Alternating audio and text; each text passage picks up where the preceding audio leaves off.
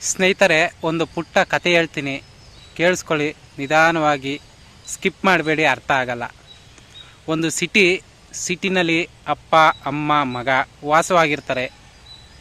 ಆ ವ್ಯಕ್ತಿ ಒಂದು ಅದ್ಭುತವಾದ ಒಂದು ಕೆಲಸ, ಒಂದು ಕಂಪ್ನಿಲಿ ಕೆಲಸ ಮಾಡ್ತಾ ಇರ್ತಾನೆ. ಆದರೆ ಅವನಿಗೆ ಒಂದು 22 ವರ್ಷ ಆಗಿರ್ಬೇಕೇನೋ. ಆ ಹುಡುಗ ಪ್ರವೀಣ್ ಅಂತ ಹೆಸರಿಡೋಣ. ಪ್ರವೀಣ್ ಅಂತ ಅವನು ಕೆಲಸದಲ್ಲಿ ಸದಾ ತನ್ಮನೆ ಆಗಿರ್ತಿದ್ದ.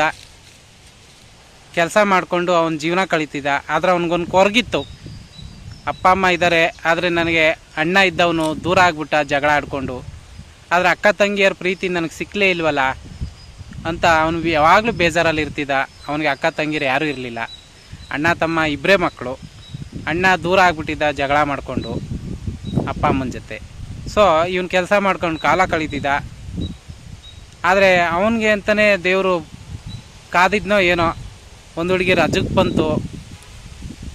ಆ ಹುಡುಗಿ ಊರಿಗೆ ಬಾ ಅಂತ ಕರೀತು. ರಿಲೇಟಿವ್ ಆಗಿದ್ದರಿಂದ ಅವರಪ್ಪ, ಪ್ರವೀಣ್ ಅವರಪ್ಪ ರಜಕ್ಕೆ ಆ ಹುಡುಗಿನ ಕರ್ಕೊಬಂದಿದ್ದ. ನನ್ನ ತಂಗಿ ಅಂದ್ಕೊಂಡು ಹಚ್ಕೊಂಡು ಖುಷಿಯಾಗಿದ್ದ. ತಂಗಿ ಸೆಂಟಿಮೆಂಟ್ನ ಅರ್ಥ ಮಾಡ್ಕೊಳ್ಳೋಕೆ ಪ್ರಯತ್ನ ಪಟ್ಟ. ವಾತ್ಸಲ್ಯನ ಬಯಸ್ತಿದ್ದ. ಆ ಹುಡುಗಿ ರಜೆ ಮುಗೀತು, ಹೋಯಿತು. ಆಗ ಕರೆದಿದ್ದು ಅನ್ನೋ ಉದ್ದೇಶಕ್ಕೆ ಅವನು ಹೋದ. ಸೊ ಹೋದಾಗ ಅವ್ರ ಮನೇಲಿ ಇದ್ದಾಗ ಅದೇ ರೀತಿ ಮತ್ತೊಂದು ಚಿಕ್ಕ ಹುಡುಗಿ ಪರಿಚಯ ಆಯಿತು. ಆ ಪರಿಚಯ ಒಂದು ಸಂತೋಷ ಕೊಡ್ತು. ನನಗೆ ಒಂದು ಹುಡುಗಿ ಅಲ್ಲ, 4-5 ಜನ ತಂಗಿಯರಿದ್ದಾರಲ್ಲ ಅಂತ ತುಂಬ ಖುಷಿ ಪಡ್ತಿದ್ದ. ಈ ಖುಷಿಯ ಮಧ್ಯೆ ಒಂದು ಘಟನೆ ನಡೀತು. ಇದೇ ಇಂಪಾರ್ಟೆಂಟು. ಆ ಹುಡುಗಿ ಹೆಸರು ಯಾವ್ದು ಇಕ್ಕೊಳ್ಳೋಣ? ಪ್ರೀತಿ ಅಂತ ಇಕ್ಕೊಳ್ಳೋಣ, ಓಕೆನಾ? ತಂಗಿ ಹೆಸರು ಪ್ರೇಮ ಅಂತ ಇಕ್ಕೊಳ್ಳೋಣ. ಪ್ರೇಮ ಅನ್ನೋ ಹುಡುಗಿ ಕಾರಣದಿಂದ ಊರಿಗೋದ.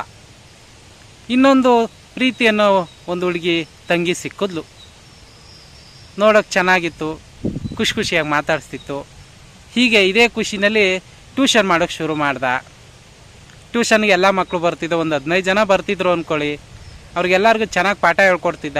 ಯಾಕೆಂದರೆ ಇವನು BCom ಮಾಡಿದ್ದ. ಸೊ ಪಾಠ ಹೇಳ್ಕೊಡ್ತಿದ್ದಾಗ ಟ್ಯೂಷನ್ಗೆ ಬರ್ತಾ ಅದು ತುಂಬ ಹತ್ರ ಆಯಿತು. ತುಂಬ ಹಚ್ಕೊಂಡ್ಬಿಡ್ತು ನಮ್ಮ ಅಣ್ಣ ಅಂತ. ಆದರೆ ಈ ಹುಡುಗ ಪ್ರವೀಣ ಚಿಕ್ಕವರು ದೊಡ್ಡವರು ಅಪ್ಪ ಅಮ್ಮ ಎಲ್ಲರಿಗೂ ಐ ಲವ್ ಯು ಅನ್ನುವಂಥ ಕ್ಯಾಟಗರಿ. ಅದು ಸಾಮಾನ್ಯ ಹೆಸರಲ್ವಾ, ಅದರಿಂದ ಎಲ್ಲರಿಗೂ ಐ ಲವ್ ಯು ಅಂತಿದ್ದ. ಮುಗ್ಧ ಮನಸ್ಥಿತಿ, ಮಗು ಥರ ವ್ಯಕ್ತಿತ್ವ ಇರ್ತಿತ್ತು. ಹಾಗೆ ಎಲ್ಲರನ್ನೂ ಐ ಲವ್ ಯು ಅಂದ್ಕೊಂಡು ಚೆನ್ನಾಗೇ ನೋಡ್ಕೊತಿದ್ದ, ಪಾಠ ಹೇಳ್ಕೊಡ್ತಿದ್ದ. ಅವ್ರ ಚಿಕ್ಕಪ್ಪನ ಮನೇಲಿ ಇದ್ದ. ಆದರೆ ಒಂದು ದಿನ ಅವನು ಊರಿಗೆ ಹೋದ, ಅವ್ರ ಅಜ್ಜಿ ಮನೆಗೆ ಹೋದ. ಅಜ್ಜಿ ಮನೆಗೆ ಈ ಹುಡುಗಿ ಪ್ರೀತಿ ಅಂತಕ್ಕಂಥ ಹುಡುಗಿ, ಅಣ್ಣ 3 ದಿನ ಆಯಿತು ಬಂದಿಲ್ಲ ಅಂತ ಅಂತು.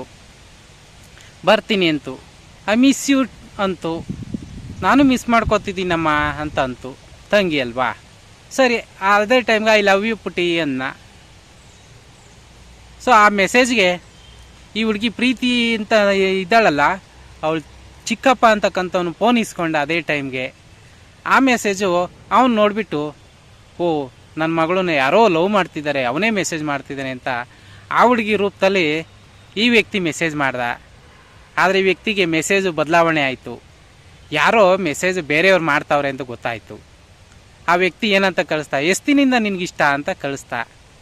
ಅಯ್ಯೋ ಇದರಲ್ಲೇನು ಬಂತು, ನೀನು ನೋಡ್ದಾಗಿಂದನೂ ಇಷ್ಟನೇ ಅಂತ ಅಂದಿರ್ಬೋದು. ಅದಕ್ಕೆ ಅವನು ನಿಜವಾಗ್ಲೂ ಲವ್ ಮಾಡ್ತಾವ್ರೆ ಅಂತ ತಿಳ್ಕೊಂಡ. ಆದರೆ ಮುಗ್ಧ ವ್ಯಕ್ತಿತ್ವಕ್ಕೆ ಬೆಲೆ ಸಿಕ್ಕಲಿಲ್ಲ. ಅಪರಾಧ ಸ್ಥಾನದಲ್ಲಿ ಅವನು ಆಗ್ಬಿಟ್ಟ. ಈ ವ್ಯಕ್ತಿ ತಪ್ಪು ತಿಳ್ಕೊಬಿಟ್ಟ, ಅವ್ರ ಮನೆಗೆಲ್ಲ ಹೇಳ್ಕೊಬಿಟ್ಟ. ಆದರೆ ಆ ಹುಡುಗ ಮತ್ತೆ ಬಂದ, ಮತ್ತೆ ಟ್ಯೂಷನ್ ಮಾಡ್ದ. ಆದರೆ ಈ ಪ್ರೀತಿಯನ್ನು ಅಪ್ಪ, ಆ ಪ್ರೀತಿಯ ತಮ್ಮದಿರಿಬ್ಬರಿದ್ರು. ಅವ್ರಿಗೆ ಅವನು ಟ್ಯೂಷನ್ ಮಾಡ್ತಾನಲ್ವಾ, ಅಲ್ಲಿ ಮಾಟ ಮಂತ್ರದ ಬಗ್ಗೆ ಹೇಳ್ಕೊಡ್ತಾನೆ, ಹೋಗ್ಬಿಡಿ ಅನ್ನೋಕ್ಕೆ ಶುರು ಮಾಡ್ದ. ಅದೇ ಮಕ್ಕಳು ಬಂದು ಆ ಪ್ರವೀಣಂಗೆ, ಅಣ್ಣ ನೀನು ಇಷ್ಟು ಚೆನ್ನಾಗಿ ಟ್ಯೂಷನ್ ಮಾಡ್ತೀಯ, ನಮ್ಮಪ್ಪ ನಿನ್ನ ಮಾಟ ಮಂತ್ರ ಹಂಗೆ ಹಿಂಗೆ ಮಾಡ್ತಾನೆ, ಹೋಗ್ಬೇಡಿ ಅಂತ ಹೇಳ್ಕೊಡ್ತಾವನೆ ಅಂತ ಅಂದ. ಈ ವ್ಯಕ್ತಿಗೆ ತುಂಬ ಬೇಜಾರಾಯಿತು.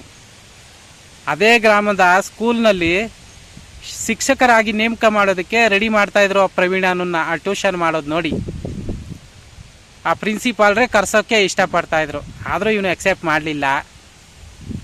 ಅಂಥ ವ್ಯಕ್ತಿತ್ವ ಇರ್ತಕ್ಕಂಥವನು ಬೇಜಾರಾಗ್ಬಿಟ್ಟ.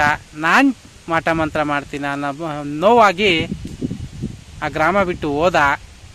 ಅವನು ಸಿಟಿಗೆ ಸೇರಿಕೊಂಡ. ಆದರೆ ರಜಕ್ಕೆ ಈ ಪ್ರೀತಿಯನ್ನು ಹುಡುಗಿ ಅವ್ರ ಮನೆಗೆ ಬಂದ್ಬಿಡ್ತು. ಆದರೆ ಅವ್ರ ಚಿಕ್ಕಪ್ಪ ಫೋನ್ ಮಾಡಿ ಅವನ ಜೊತೆ ಇದೆಯಾ, ಏನಾದರೂ ಹೆಚ್ಚು ಕಮ್ಮಿ ಮಾಡಿಕೊಂಡ್ರೆ ನಿನ್ನ ಕೊಂದು ಬಿಡ್ತೀನಿ ಅಂದ. ಆ ಹುಡುಗನೂ ಫೋನಲ್ಲಿ ಕೇಳಿಸ್ಕೊಂತು, ಈ ಹುಡುಗಿನೂ ಕೇಳಿಸ್ಕೊಂತು. ಇಬ್ಬರೂ ನೊಂದ್ಬಿಟ್ರು. ಅಣ್ಣ ತಂಗಿರ ಬಗ್ಗೆ ಹಿಂಗೆ ತಪ್ಪು ತಿಳ್ಕೊಬಿಟ್ರಲ್ಲ ಅಂತ ಕೊರ್ಗೋಕೆ ಶುರು ಮಾಡಿ ಆ ಹುಡುಗ ರಾತ್ರಿ ತಿನ್ನೋ ಊಟನೇ ಬಿಟ್ಬಿಡ್ತು. ಇಂಥ ಅವಮಾನ ನನಗಾಯ್ತಲ್ಲ, ಅಣ್ಣ ತಂಗಿಗೆ ಸ್ವಂತ ಅವ್ರ ಚಿಕ್ಕಪ್ಪ ಅಪ್ಪನೇ ಪಟ್ಟ ಕಟ್ಬಿಟ್ರಲ್ಲ ಅಂತ ನೊಂದು ರಾತ್ರಿ ಊಟ ಬಿಟ್ಟ ಸ್ನೇಹಿತರೆ. ಇದೆಂಥ ಹೀನಾಯ ಕೃತ್ಯ ಅಂತ ನೀವೇ ನೆನೆಸ್ಕೊಳ್ಳಿ. ಅವಾಗಿನಿಂದ 3 ದಿನಕ್ಕೆ ಅದು ಋತುಮತಿಯಾಗಿ ಆ ಹುಡುಗಿ ಊರಿಗೆ ವಾಪಸ್ ಹೊಂಟೋಯ್ತು. ಅದಾದಮೇಲೆ ಕರೆದ್ರು ಅವ್ರ ಮನೆಯವರು ಬನ್ನಿ ಅಂತ ಪ್ರೋಗ್ರಾಮ್ಗೆ, ಫಂಕ್ಷನ್ಗೆ. ಇವರು ಹೋಗಲಿಲ್ಲ. ಈ ಪಟ್ಟ ಕೇಳಿದ್ಬಿಟ್ಟು ಎಷ್ಟು ಸಿಟ್ಟಾಗಿರ್ಬೋದಲ್ವಾ. ಆ ಸಿಟ್ಟಲ್ಲಿ ಅವನು ಕೋಪ ಮಾಡ್ಕೊಂಡು ಹೋಗದೆ ಹೋದ. ಆ ಹುಡುಗಿ ಬೇಜಾರಾಯಿತು. ಅಣ್ಣ, ನಾವು ಅಣ್ಣ ತಂಗಿರಿಗೆ ಹಿಂಗೆ ಕಲ್ಪನೆ ಮಾಡಿಬಿಟ್ರಲ್ಲ, ನಿಜವಾಗ್ಲೂ ಪ್ರೀತಿ ಮಾಡಿ ತೋರ್ಬಿಟ್ಟಿದ್ರೆ ಇವ್ರಿಗೆ ಒಳ್ಳೆ ಬುದ್ಧಿ ಕಲಿಯೋರೇನು ಅಂತ ಅಂತು. ಆದರೆ ಇದು ಮುಗ್ಧ ಸ್ವಭಾವ. ಇವನು ಹೇಳ್ದ ಒಂದೇ ಮಾತಿಗೆ, ನಾವು ಜನ್ಮಕ್ಕೂ ಅಣ್ಣ ತಂಗಿರೇ ಆಗಿರೋಣ, ತಾಯಿ ಮಗನೇ ಆಗಿರೋಣ. ಆದರೆ ನಮ್ಮ ಬುದ್ಧಿ ಕಲಿಸೋದಕ್ಕೆ 1 ನಿಮಿಷ ಸಾಕು, ನೀನು ಓಡಿ ಬಂದ್ಬಿಟ್ರು ಅವ್ರ ಬುದ್ಧಿ ಕಲ್ತ್ಕೊತಾರೆ. ಆದರೆ ನಾವು ಅವ್ರು ತಪ್ಪು ಮಾಡಿದ್ರು ಅಂತ ನಾವು ಯಾಕೆ ತಪ್ಪು ಮಾಡಬೇಕು, ನಮ್ಮ ಹಣೆ ಬರ ಇದು, ಅನುಭವಿಸುವ ಅಂದ್ಬಿಟ್ಟು ಆ ಹುಡುಗಿಗೆ ಧೈರ್ಯ ಹೇಳ್ದ.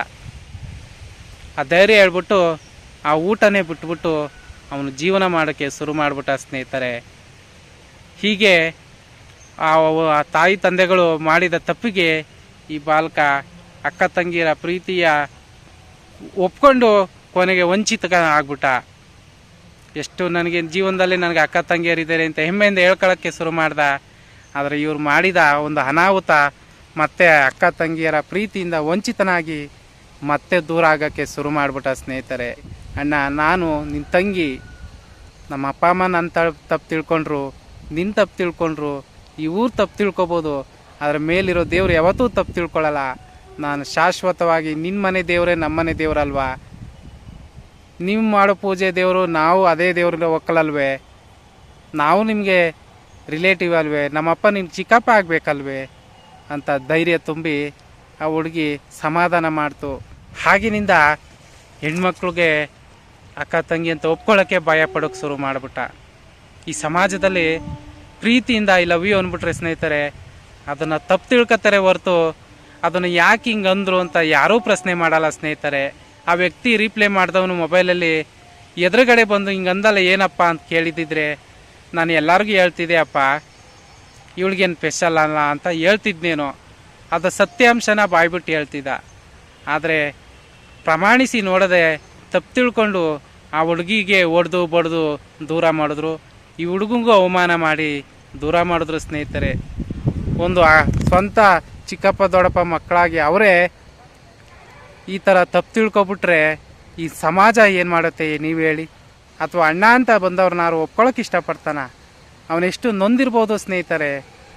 ಇದು ಜೀವನದಲ್ಲಿ ನಡೆದಿರ್ತಕ್ಕಂಥ ಒಂದು ಸತ್ಯ ಘಟನೆ ಸ್ನೇಹಿತರೆ. ಈ ಮಾಹಿತಿ ಕೇಳಿದ್ರಿ, ಸ್ವಂತ ಚಿಕ್ಕಪ್ಪ ದೊಡ್ಡಪ್ಪ ಮಕ್ಕಳು ಅಣ್ಣ ತಂಗಿರನ್ನೇ ಈ ಥರ ಹೋಲಿಕೆ ಮಾಡಿದ್ರು, ಪ್ರೇಮಿಗಳು ಅಂತ ಅಂದರು. ಆದರೂ ಅವರು ಅಣ್ಣ ತಂಗಿಯರ ಥರನೇ ಬದುಕ್ತಾವ್ರೆ, ಪ್ರೀತಿ ಮಾಡಲಿಲ್ಲ. ಅವ್ರ ಬುದ್ಧಿ ಕಲ್ಸೋಕ್ಕೋಸ್ಕರ ಇವರು ಲವ್ ಮಾಡಲಿಲ್ಲ, ಅಣ್ಣ ತಂಗಿ ಹಂಗೆ ಬದುಕ್ತಾವ್ರೆ ಸ್ನೇಹಿತರೆ. ಅವ್ರು ಓಡೋಗ್ಬೋದಿತ್ತು, ನಮ್ಗೆ ಅವಮಾನ ಮಾಡಿದ್ರಲ್ಲ, ತಪ್ಪು ತಿಳ್ಕೊಂಡ್ರಲ್ಲ, ನಿಜ ಮಾಡಿ ತೋರಿಸ್ಬಿಡೋಣ ಅಂತ ಅವ್ರು ಓಡೋಗ್ಬಿಡ್ಬೋದಿತ್ತು. ಓಡೋಗಿದ್ರೆ ಇವ್ರು ಏನು ಕಿತ್ಕೊತಿದ್ರು, ಇನ್ನೂ ಅವಮಾನ ಆಗ್ತಿತ್ತಲ್ವಾ. ಆದರೆ ಈ ಮಕ್ಕಳು ಹಾಗೆ ಮಾಡಲಿಲ್ಲ. ನಮ್ಗೆ ಅವಮಾನ ಆದರೂ ಪರವಾಗಿಲ್ಲ, ತಾಯಿ ತಂದೆಗಳಿಗೆ ಅವಮಾನ ಮಾಡಬಾರ್ದು. ಎತ್ತಿ ಒತ್ತು ಸಾಕಿರ್ತಾರೆ, ಅವ್ರು ತಪ್ಪು ತಿಳ್ಕೊಂಡರೆ ಮುಂದೊಂದು ದಿನ ಅರ್ಥ ಮಾಡ್ಕೊಂಡು ನಾವು ಏನು ಅಂತ ಅವರು ನಿಜ ಅರ್ಥ ತಿಳ್ಕೊತಾರೆ. ಒಂದಲ್ಲ ಒಂದಿನ ಸತ್ಯಾಂಶ ಬಳಕೆ ಬರ್ತದೆ, ಸತ್ಯ ಅರ್ಥ ಮಾಡ್ಕೋತಾರೆ ಅಂತ ಇನ್ನೂ ಕಾಯ್ಕೊಂಡಿದ್ದಾರೆ ಸ್ನೇಹಿತರೆ. ಇದು ಅವರ ಸಹನೆಗೆ ಸಿಕ್ಕ ಒಂದು ಪ್ರೀತಿ, ವಿಶ್ವಾಸ, ಮಮತೆ, ವಾತ್ಸಲ್ಯ, ಸಂಬಂಧಕ್ಕೆ ಕೊಟ್ಟ ಗೌರವಕ್ಕೆ ಅವ್ರಿಗೆ ಬುದ್ಧಿ ಬರಲೇ ಇಲ್ಲ ಸ್ನೇಹಿತರೆ. ಅವ್ರಿಗೆ ಕಾಯಿಲೆ ಕಷಾಯ ಬತ್ತದೆ ಅವ್ರು ಮಾಡಿರೋ ತಪ್ಪಿಗೆ, ಆದರೂ ಬುದ್ಧಿ ಬರಲಿಲ್ಲ. ದೇವ್ರು ಕಷ್ಟ ಕೊಡ್ತಿದ್ರು, ಬುದ್ಧಿ ಬರಲಿಲ್ಲ.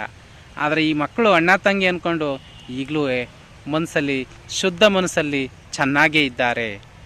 ಆ ಹುಡುಗಿ ನಮ್ಮ ಅಣ್ಣ ಅನ್ಕಂಡೇ ಮೌನವಾಗಿ ಬದುಕ್ತಾದೆ, ಈ ಹುಡುಗಿ ನನ್ನ ತಂಗಿ ಅನ್ಕಂಡೇ ಬದುಕ್ತಾದೆ. ನೋಡಿ, ಸಾವಿರ ಚಂಚಲ ಮಾಡಿ ಕಾಮಕ್ರೋಧಗಳನ್ನ ಹುಟ್ಟಿಸುವಂಥ ಈ ಜಗತ್ತಲ್ಲಿ ನಿರ್ಮಲವಾದ ಅಣ್ಣ ತಂಗಿಯರ ಬದುಕಿಗೆ ಭಗವಂತ ಕೈ ಹಿಡ್ದವನೇ.